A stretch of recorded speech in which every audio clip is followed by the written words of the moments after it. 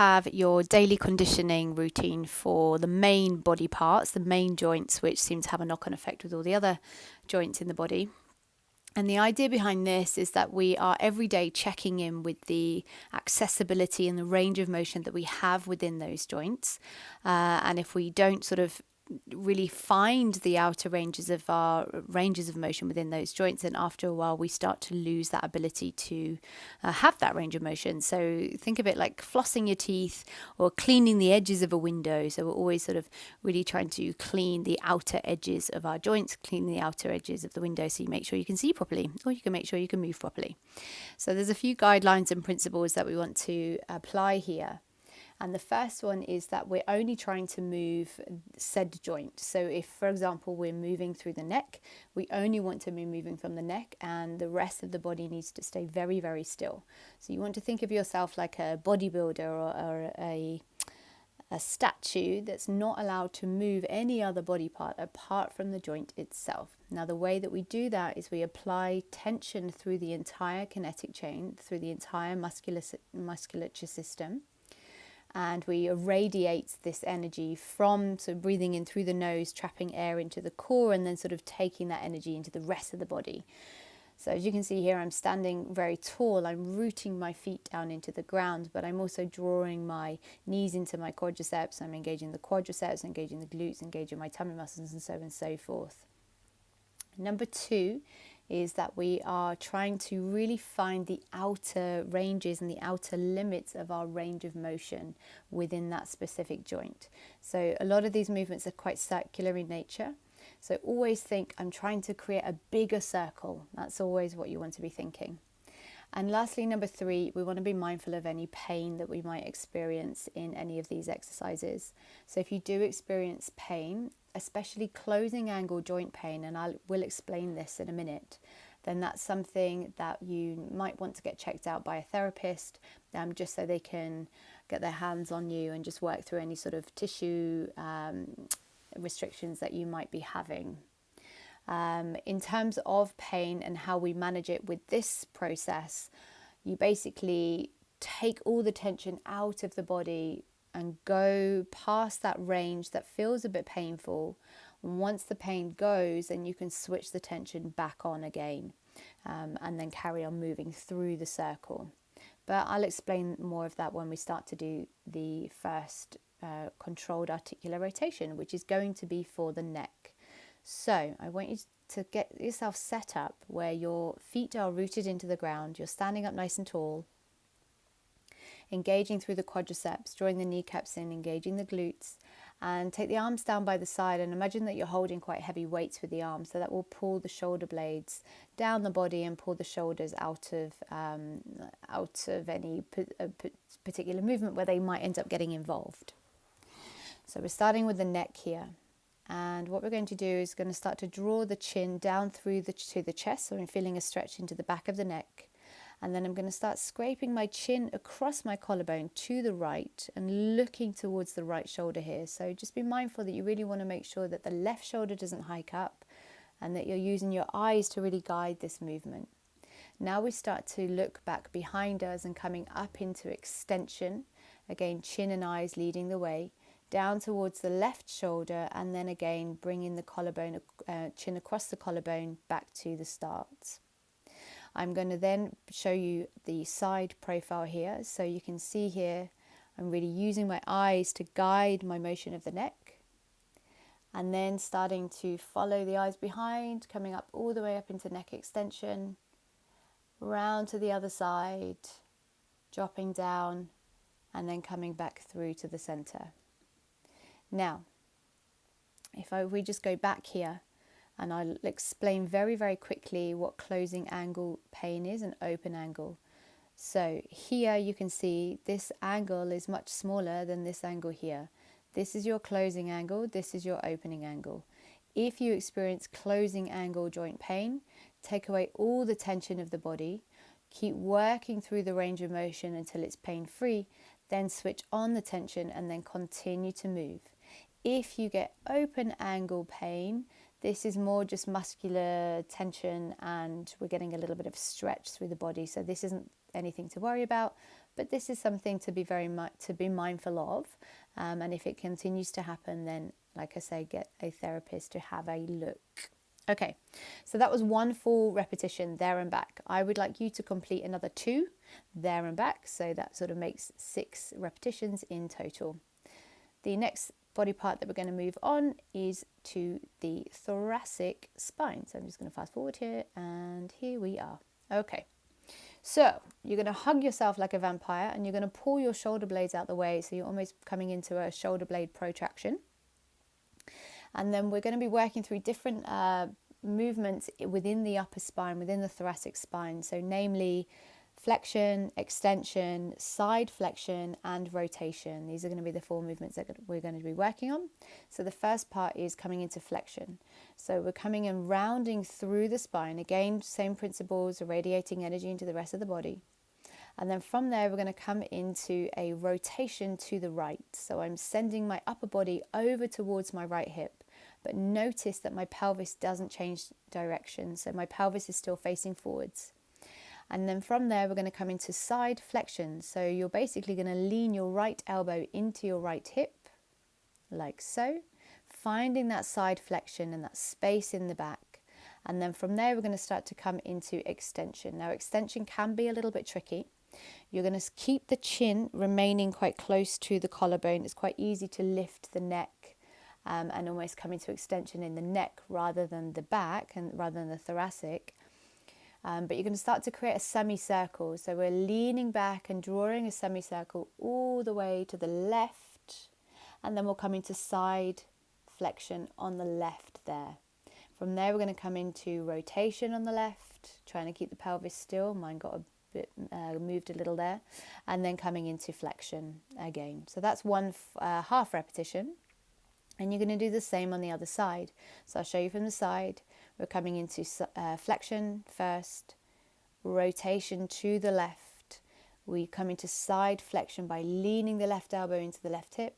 We come into extension in the thoracic area as we make our way over to the right hip, and then come into rotation and then back into flexion, and that's another repetition. So again, I'd like you to do another 2 there and back, making 3 complete reps or 6 reps if you look at it like that. From there, excuse me about that, you're going to move into another body part. Oh gosh, I'm just having a little bit of a moment here with my diary. Okay, let's go back here. There we go. Right, so now we're going to move into glenohumeral joint, your ball and socket joint. So same rules apply. We're going to bring tension through the arm. We're going to have about 50% tension into this arm, and there are a couple of ways that you can do this. Taking the arm directly up, but I'm actually going to show you taking it across. So we're taking the arm all the way across into shoulder flexion. So I'm reaching the arm all the way up. Now notice where my bicep is in relation to my head and the midline of my body. It's facing the midline of my body. So from this position, we're going to open up the shoulder joint. So I'm going to rotate the bicep away. Watch here. Da, da, da, da, da. And then I'm going to start to reach towards the back wall, finding shoulder extension. Now again, be mindful here that your ribs don't start rotating to the right here. It's very easily done in this movement. And then once we get about here, we're going to start to internally rotate the ball and socket joint. So you're going to think about taking your bicep and rotating it 360. It might not happen that, but you want to think about that position. Then you're driving the arm all the way down towards the hip, so you end up with your baby finger facing forwards. So that's your half rep. And now we're going to go backwards. So we're coming into shoulder extension first. So raising the arm up behind you and finding as much stretch as you can in the front of the shoulder. Again, keeping the rest of the body still before we start to open up into external rotation. And then starting to reach up towards the sky. Big reach, and then down in front of us and slightly across in the body here. All right. And then we're going to do it again. I'm going to show you on the left side. Again, we're coming up into shoulder flexion. Try not to let the ribs raise here. So I like to check in here. Are my ribs down? Are my glutes engaged? I'm not sort of sticking my bottom out or hyperextending into the lower back. And is my head stacked on top of my body? It's very easy for the head to shoot forwards, especially if we struggle for a range of motion in the shoulder or in the back position here.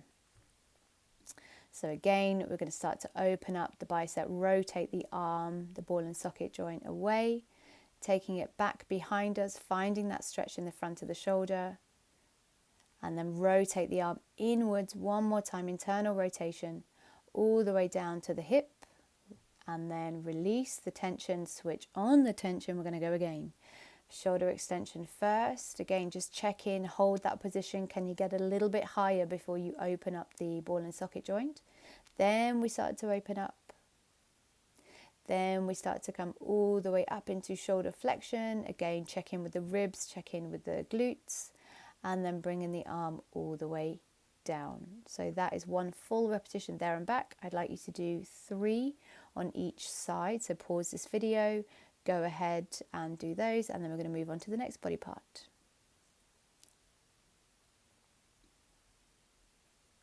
All right, next one coming up is for the scapula. So we're going to be working on 4 different movements here: elevation, retraction, depression, and protraction. So basically lifting the shoulder blades up towards the ears, pulling them together, retraction, gliding them down the back, which is depression, and then protracting them, spreading them apart, which is protraction. So we're really trying to find the movement coming from the shoulder blades rather than the spine. So I'll show you from 2 angles here as well. And again, we want to be working through about 3 repetitions each direction. So coming up, that's your elevation, that's your retraction, that's your depression, and that's your protraction. Make sure the rest of the body doesn't move, especially the spine and especially the head and even the elbows. I'm going to show you from the back here because again, it's sometimes easier to see. You can see elevation, you can see them get drawn together, down the back, and then pushed apart. And then you can start to shave off the corners of this square that you're making and start to make it more smooth, as what you can see I'm doing here. And there you go. So 6 and 6 each direction. Moving up into the next one. It's coming into the knees. So standing about ankle hip width, fist width in between the knees, which that's why I've got my fist there, and hollow out the back slightly. So you don't need to, that just kind of takes some of the load away from the quadriceps and the hip flexors. And then from here, we're just going to start to draw knee circles. Now, there's loads of different ways that you can do this. I want you to start by keeping your feet rooted onto the floor, especially the heels. It's easy to come up onto the tiptoes, but this is a nice way to get into the ankles as well. And eventually, you can get a little bit lower towards the floor, almost coming into a bit of a squat-like position, and the heels can come off. But for now, we'll just start by trying to keep the heels onto the floor. You're going to do 5 repetitions on each side, so clockwise and anti-clockwise, and make sure you straighten up the knees at the end. This is really nice to just start to get a little bit of movement into those 3 areas. So the knees often are the guys that don't get much love and often get injured, and it's normally because of our hips and our ankles, but it's always good to look after them and get them nice and strong. Okay. Not the last one, coming into hips now. This one can be quite intense. Now, I'm standing here because I've got relatively good balance, but feel free to use a wall or a stick or something to support you if your balance is a little bit off. It's perfectly normal. A lot of people struggle with this, especially when there's so much to think about here. So we're going to be working through lots of movements and ranges of motion into the hip. Mainly hip flexion, abduction, adduction, hip extension, and internal rotation and external rotations. There's lots of movements going on. So same as rules apply. We're standing up nice and tall through the base leg, which is going to be the right leg. And we're drawing the knee up into hip flexion. So you're trying to get as high as you can in the knee without rounding the back, bending the base leg. So again, nice and straight with the body. From there, we're going to come into external rotation. So I'm driving the knee out, but I'm still really trying to keep my pelvis level. It's very easy for the pelvis to start rotating to the left here. Very, very easily done. So just check in with that. And then from there, we're going to come into internal rotation. Now, this is the bit that everybody doesn't like.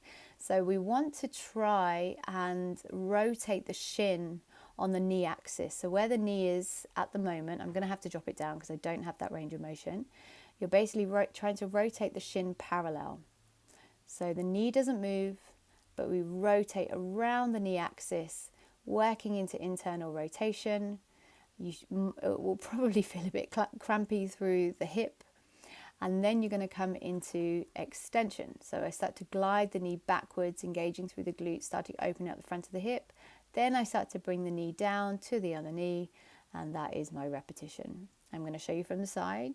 So again, we're going to pick up into hip flexion first. That's your hip flexion.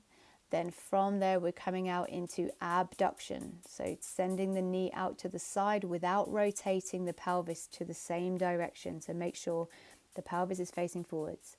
Now you can see it clearer here. Knee stays where it is. Shin rotates on an axis. There, that's your internal rotation.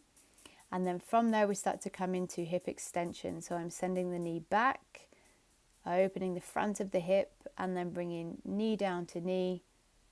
And that's 2 repetitions. Okay, I'd like you to do another repetition on this side and 3 on the other.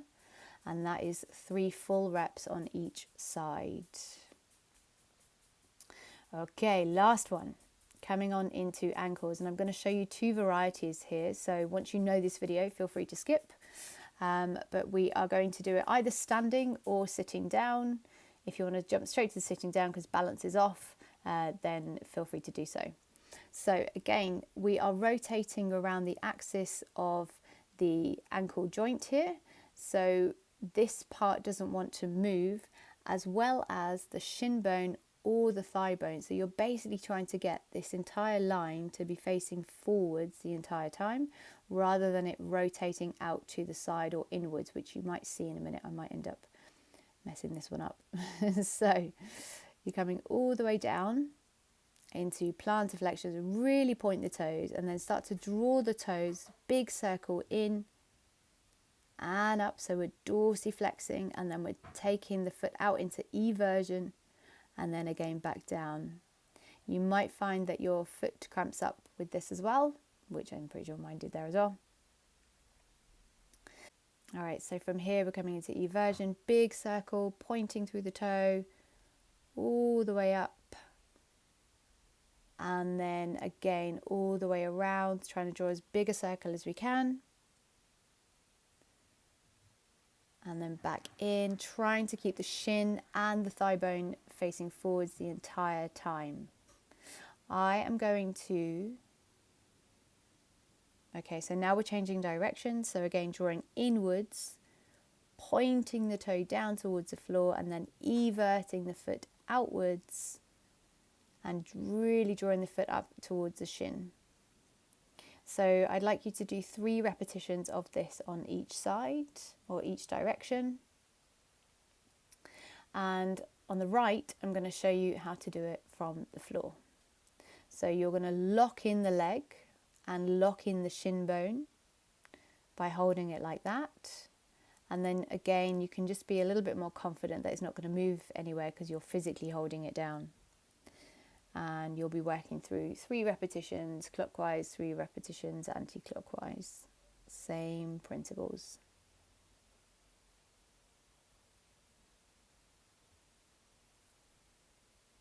And that officially is your joint conditioning routine.